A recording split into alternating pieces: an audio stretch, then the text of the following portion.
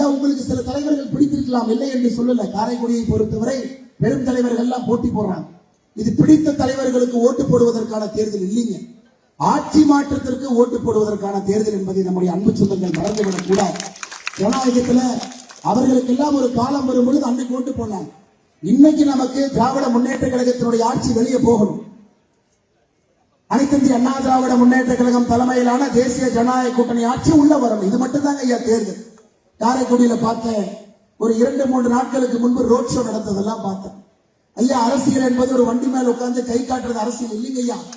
வெயில்ல எப்படி நீங்கள் இருக்கின்றீர்களோ உங்களோடு இருக்கணும். கர்ம வீரர் காமராஜர் ஐயா தமிழகத்தினுடைய முதலமைச்சராக 9 ஆண்டுகள் இருந்தார். ஆனா எத்தனை பேருக்கு தெரியும் 9 ஆண்டுகள் சிறையிலும் அவர் இருந்திருக்கிறார் என்று? காமராஜர் ஐயாவுடைய மொத்த வாழ்க்கையில 9 ஆண்டு காலம் சிறையில் இருந்திருக்கார், கஷ்டத்தை பார்த்திருக்கிறார். அது இன்னைக்கு வர்ற எந்த அரசியல்வாதியும் நான் தவறா சொல்ல. இளைஞர்களுக்கு அன்பான வேண்டுகோள், காரைக்குடி இளைஞர்களுக்கு அன்பான வேண்டுகோள்.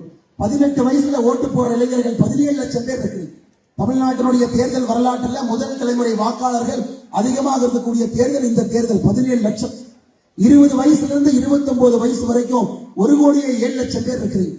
அப்ப 29 வயசுக்கு கீழே 1,28,00,000 பேர் இந்த முறை வாக்கு செலுத்திருக்கின்றார்கள். அருமை சொந்தங்கள், அந்த இளைஞர் பட்டாளத்துக்கு அன்போடு கேட்டுக்கொள்கின்றேன்.